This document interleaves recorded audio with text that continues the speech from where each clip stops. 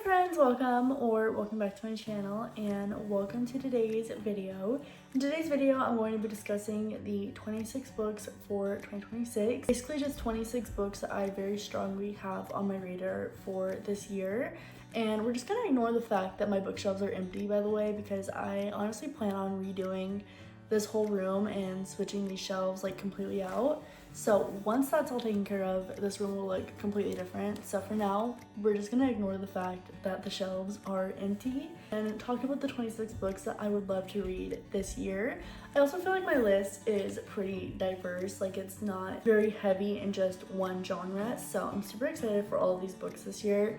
So let's go ahead and dive straight into them. And the first one is Alchemized by Sin-Lin Yu. I've heard so many things about this book. It's very popular on booktok. It is a dark fantasy with a heavy emotional edge, and it says that it follows a woman with dangerous, rare magic who's pulled into a brutal world of power, politics, and control. Nothing feels simple or safe, and everyone seems to have an agenda. So I'm expecting lots of chaos, some dark magic, maybe some morally gray characters. I've just heard really good things about this one, and I've been wanting to get to it for a while. Although I have heard that it is a bit of a slower start, so maybe there's a bit of a slow burn in there, because I know once you get to the second half, everybody was saying that there was a huge emotional punch. So super excited for that one. And then we have Just Friends by Haley Pham. I am so excited to read this book. I actually applied for the ARC on NetGalley, but I didn't get it. So I'm just patiently waiting for this book to come out because I absolutely love Haley Pham. I have been watching Haley Pham for over 10 years now, which is really crazy to say out loud. But her new book is a YA Friends to Lovers, and I believe it is also a second chance romance. Right here it says that it is a story about two people who've grown up side by side and insist that they are just friends, even when that clearly stops being true. It's very much about miscommunication, insecurity, and how scary it is to risk a friendship that means everything to you. That sounds so good, and I know that the cover is also her and Ryan, which is just so cute. And I've heard that she took a lot of inspiration from Emily Henry, and the way that Emily Henry writes is very fluffy, but it also has an emotional depth to the characters. So I'm really excited to see how she took that inspiration and put it in her own world and her own characters. I feel like I'm really gonna love this book, especially because it's a YA. And I know that Haley doesn't really do open spice as much. So I'm really expecting this to also be a either no spice or a closed door romance, which I absolutely love. So I'm so excited for that book, and I'm seriously counting down the days so I can get my hands on it. And then we have Hellbent by Leigh Bardugo. This is the sequel to Ninth House. And Ninth House is a dark academia which deals with the dark magic of the secret societies at the Yale University. And in the first book, our main character, her mentor, kind of gets trapped in this portal. So I believe in Hellbent, we are going after her mentor and trying to bring him back to the real world. I believe he's trapped in hell. Either way, they're going to get him back. So the stakes definitely feel a lot higher. Again, I'm expecting a lot of chaos, morally gray characters. I absolutely love those characters in Ninth House though. I feel like there was just so much depth and detail to each character. And then I also love the mystery kind of aspect to this dark academia. So I'm really excited for this one. I'm really excited to see how it plays out and how they end up getting him back. So that is Hellbent by Leigh Bardugo. And then we have Crime and Punishment by Fyodor Dostoevsky.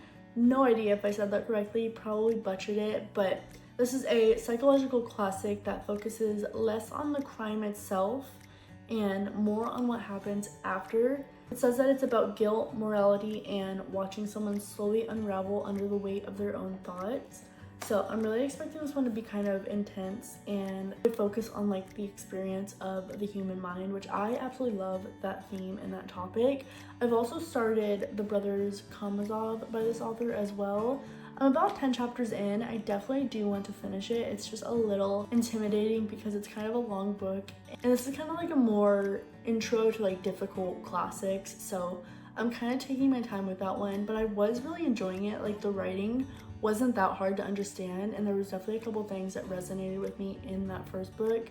and like I underlined it and everything, so I'm definitely excited to see what his writing is like in this book, and I also really want to continue that one as well. And then we have The Masterpiece by Francine Rivers. This one is actually on my February TBR, and I honestly plan on getting to that one really soon. But this one is centered on a successful artist who is emotionally closed off, and his personal life is kind of fractured.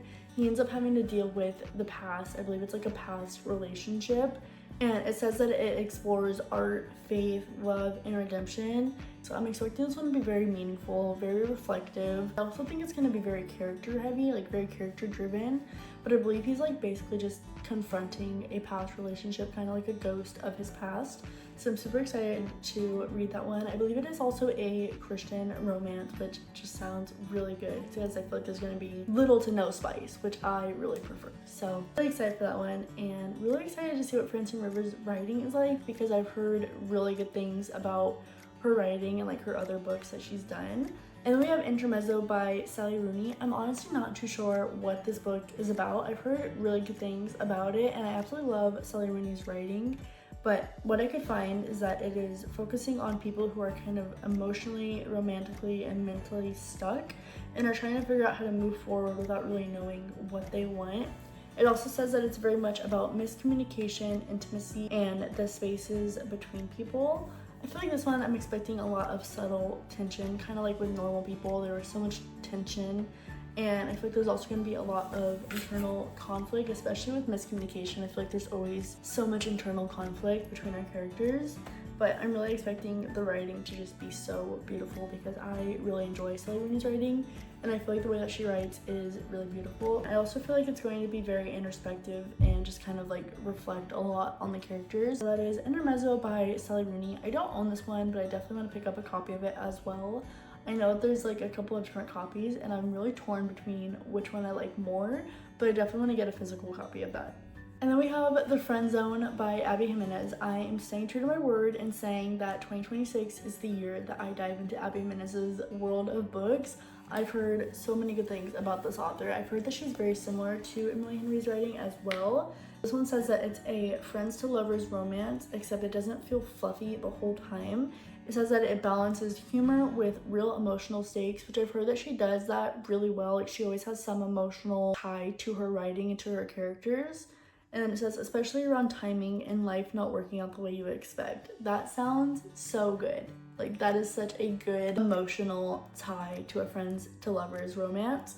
It also says that it's about loving someone deeply but not knowing if that can actually work out in real life. That sounds really good. I'm honestly expecting this one to be a mix of witty banter, emotional backgrounds, and then probably some sort of emotional gut punch, because I've just heard that that's how this author operates. That is what I'm expecting from the first book that I read by Abby Jimenez. And then I definitely want to dive into more of her books as well, but I'm starting with The Friend Zone because I've heard that's a good place to start.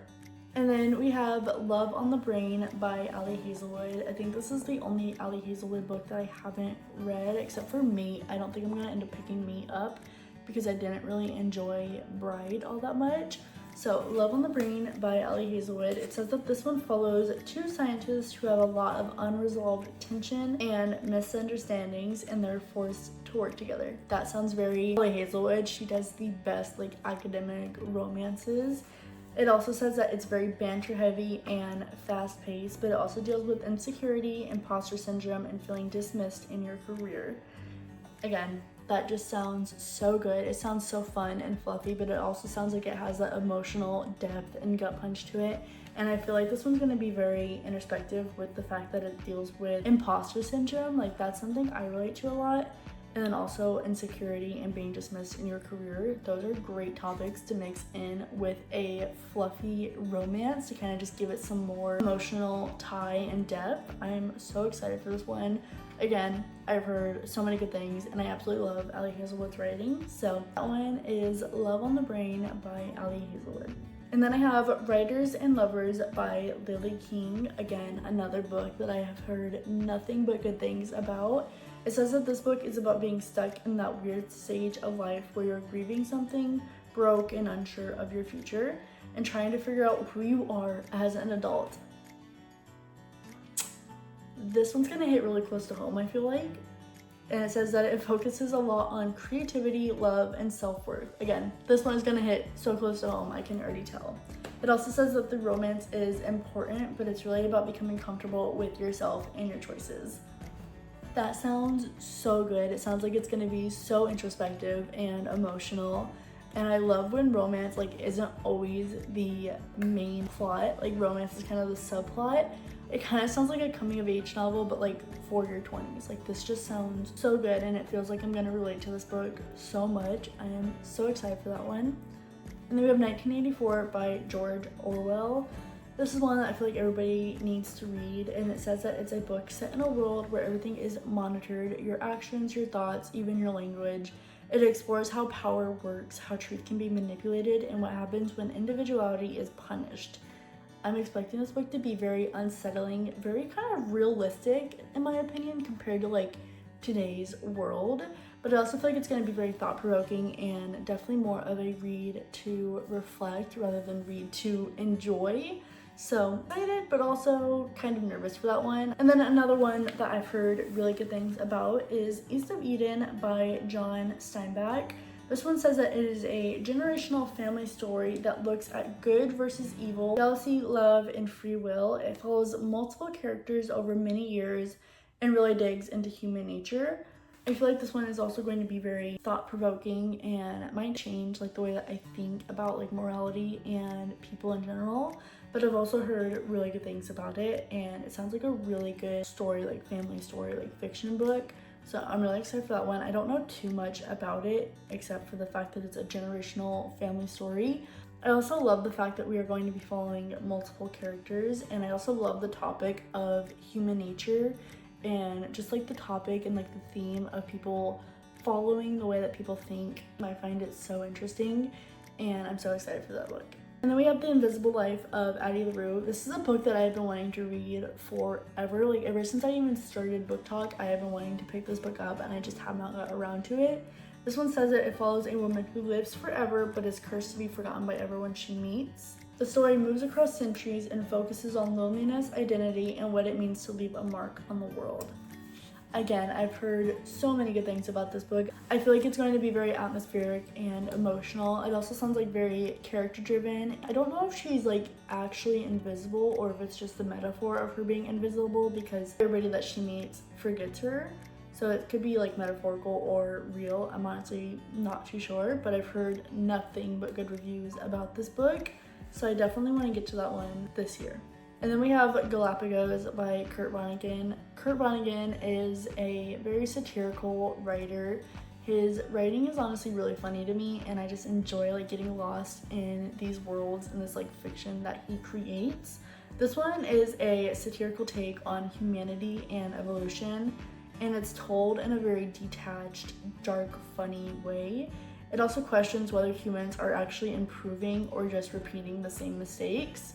I'm expecting this one to be short, fast-paced, strange, and definitely a book that's gonna make me a little bit uncomfortable, but I'm excited for it either way because I just enjoy Kurt Vonnegut's writing. And then I have House of Earth and Blood by Sarah J. Maas. This is the first book of the Crescent City series.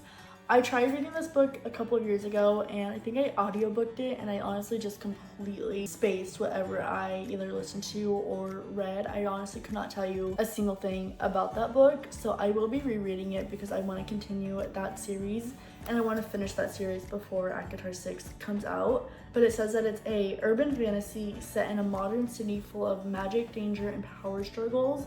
At its core, it's about grief, loss, and found family with a murder mystery driving the plot. Like, I could not have told you that just based on reading it, so that's why I'm doing a reread, because that does not ring any bells in my head after reading it.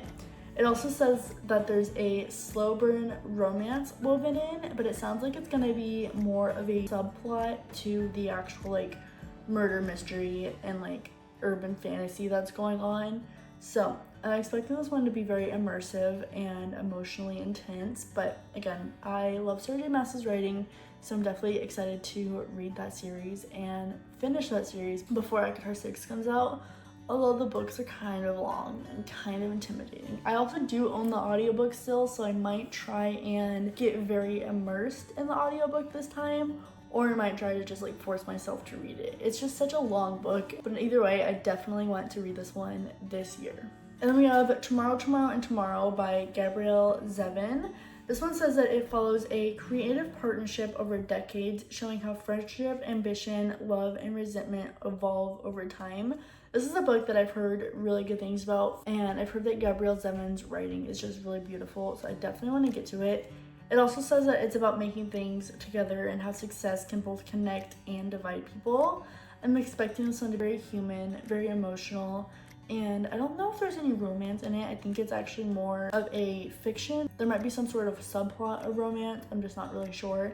I think it's primarily fiction, but either way, I've heard really good things about that one. And then next, I have Mile High by Liz Tomford. This is the first book in the Windy City series. I would like to read the whole Windy City series this year, but this is a sports romance with fame, pressure, and intense chemistry. It explores how public attention and expectations affect relationships. So I feel like this one's gonna be very fun. I've heard not the best things about the first book. I've heard a lot of people actually skip the first book in the series, but I cannot do that. So I'm gonna use this one as kind of an escapist type read, because that's kind of what sports romance books are to me. It's just like an escapist type of read. I don't really learn anything from it. I don't really take anything away from it, but there may be some emotional moments mixed in as well. So I'm not gonna skip it. I'm gonna read it, and I hope I enjoy it. And then we have Picking Daisies on Sundays by Leanna Sincotti. This one says that it's a story that follows a woman who's pretty emotionally closed off after going through something difficult in her past. She's very much in survival mode, going through the motions, keeping people at arm's length, and not really letting herself hope too much. I'm expecting this one to be kind of quiet and more of like a healing romance. It also says that the romance comes in slowly and gently, and it's built around like smaller moments rather than like big romantic gestures. So I'm really expecting this one to be kind of cozy and tender and just kind of focusing on healing and kind of soft moments. But again, I've heard really good things about this one, so super excited for that one. Next, I have Mrs. Dalloway by Virginia Woolf. This is a book that I've been wanting to read for a very long time as well. And this one says that it takes place over the course of a single day as Clarissa Dalloway prepares for a party, but the real story is happening inside her head. That sounds so good. It also says that as she moves through London, her thoughts drift between the present and the past, old loves, missed chances, choices she made years ago that still linger. At the same time, the book weaves into other characters and their lives, showing how different people experience time, memory, and loneliness. It sounds like it's going to be very reflective and emotional. I also love the idea of a story inside of a story. And it sounds like the real story is happening in her head, kind of like her thinking back on the past. Like I said, I love themes of human thoughts and human nature, and I feel like that is a very strong topic in that book. So super excited to see what that one's about. And then I have One Dark Window by Rachel Gillig. This is a book that was also all over TikTok, and I've heard really good things about it.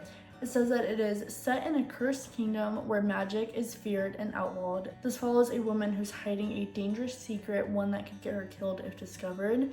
Magic in this world is deeply tied to survival, fear, and control, and the story slowly reveals about how power really works. So I'm not sure if there's any romance in this fantasy, but it also says that a big part of the plot is about secrecy, trust, and living with something inside you that no one can know about. No idea what that means. Don't really know anything else about this book, but I'm expecting this one to be very atmospheric, very immersive, maybe a little emotional tenseness. I don't really know much about this one, but I've heard really good things about it, and I'm really excited to check that one out. And then I have The Favorite by Lane Fargo. I believe this one is about ice skaters, and ice skating is something that I absolutely love watching, so I feel like I'm really gonna enjoy reading this book. It says that this book focuses on ambition and competition, following characters who desperately want to be the best and are willing to sacrifice a lot to get there. It kind of sounds like it's going to remind me of Carrie Soto is Back by Taylor Dugan Reads, where the tennis player will literally do whatever it takes to be the very best. It also says that it looks at how obsession with success can twist relationships, self-worth, and morality. The plot is driven by rivalry and pressure, and it really digs into what happens when being exceptional becomes more important than being happy. This one sounds like it's going to be very messy, very intense, and also very character focused. So super excited for that one. And then we have The Mad Wife by Megan Church. This is another book that I've recently heard a lot about. It says that it is a dark, unsettling story about a woman trapped in a life where she has very little control. As the story unfolds, you slowly see how isolation, manipulation, and constant pressure start to wear her down. The plot focuses on her internal experience, confusion, fear, anger, and how being unheard can push someone towards breaking. I am nervous for this one, but also excited. This one sounds very intense and heavy. It also sounds very like character driven, and it sounds like it has a lot to do with like female rage, which I don't have anything against. This one might be a difficult read based on how heavy that sounds, but either way, still would love to read it this year. And then I have The Wise Man's Fear by Patrick Rothfuss. This is the sequel to The Name of the Wind.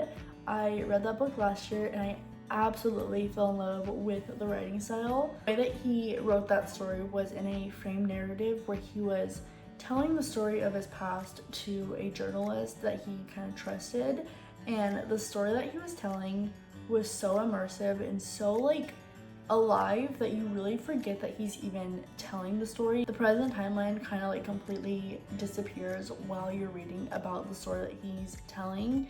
So this one says that it continues the story of a legendary figure recounting his life. The plot expands the world significantly, taking him into new places, cultures, and dangers. It's part adventure, part myth building, and part reflection on reputation versus reality. A lot of the story is about learning, storytelling, and how legends are created. And like I said, this author is just very immersive and very detailed, and he really just brings the story to life. And I've been wanting to dive back into this book ever since I finished the first book. So honestly, maybe the one that I am most excited for, because I just love the writing and I love the world building. World building kind of like tends to make me a little bored sometimes with the way that he builds his worlds and his characters. I am actually just so obsessed, and I cannot wait to dive back into this world. And then I have Spark of the Everflame by Penn Cole. This one says that it's about a woman who is living under an oppressive system when she gets pulled into rebellion, magic, and powers she didn't ask for. As the plot unfolds, she's forced to question loyalty, authority, and her own identity. It says that there's a lot of tension between duty and desire, and it also says that it is a slow burn, which I absolutely love, a slow burn fantasy. So super excited for that one. I feel like it's going to be very chaotic, very character driven. So definitely sounds very dynamic and very layered with the mix of the slow burn romance with the oppressive system. That book sounds really good. I cannot wait to get to that one. And then down to the last three, I have The Woman by Kristen Hanna. Kristen Hanna's writing is so emotional and so beautiful. The way that she writes, she also really brings the story to life. And this one says that it's a deeply emotional story centered on a woman navigating love, identity, and resilience against a larger historical and emotional backdrop.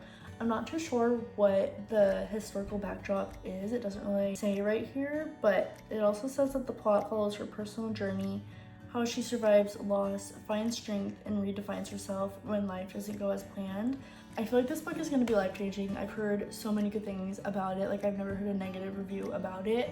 And I just feel like it's going to be very character-driven, very emotional, heavy, especially with like internal strength and emotional endurance. I feel like those are going to be very strong themes in this book. And I absolutely love Kristen Hanna's writing, so I feel like the writing is just going to be so beautiful, and I'm so excited for that one. And then I have Trust of the Emerald Sea by Brandon Sanderson. I have been meaning to jump into Brandon Sanderson's world of books for a minute now. I attempted to read Mistborn a couple of months back, and I just couldn't get past the first couple of chapters. Not anything about the writing, it just was not the time for me to pick that book up. But this one says that it is a whimsical fantasy adventure about an ordinary girl living a quiet life who decides to do something incredibly brave for someone she loves. The setting of a girl on an island is very much reminding me of Nim's Island, which is a movie that I watched as a kid. Don't know if there's any similarities between the two, but that's kind of what I'm picturing whenever I see this book, is a girl on an island, and I automatically go to Nim's Island. But it says that the plot follows her journey across a strange magical sea with dangers, surprises, and clever problem solving. this one does sound really good. It definitely sounds whimsical.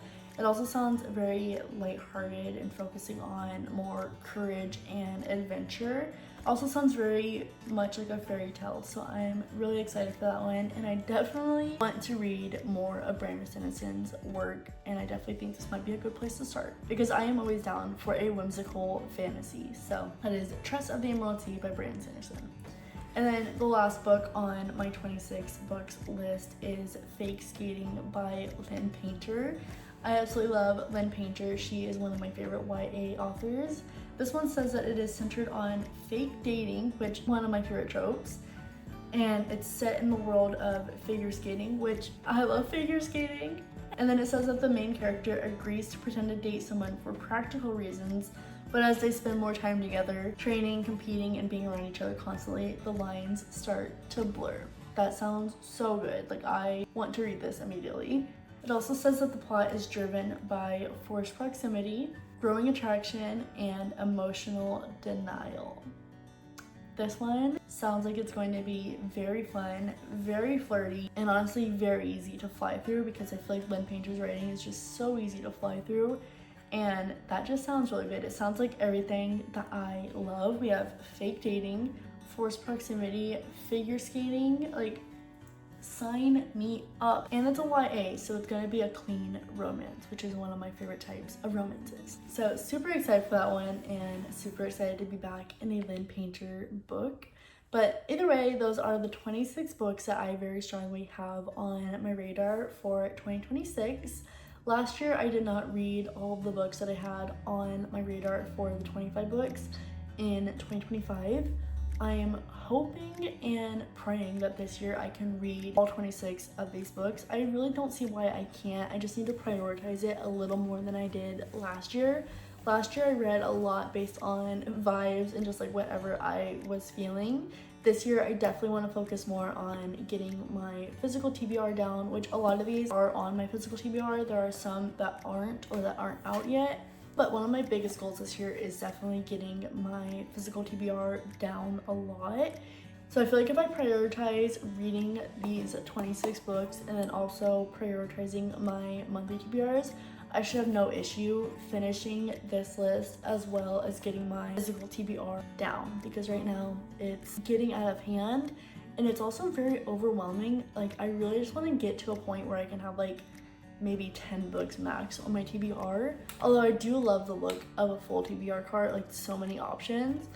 Either way, those are the 26 books that are on my radar for 2026. And if you've read any of these books, please let me know your thoughts or your opinion, or if they're on your TBR, I would love to hear that as well. Otherwise, thank you so much for watching, and I hope to see you in my next video. Bye!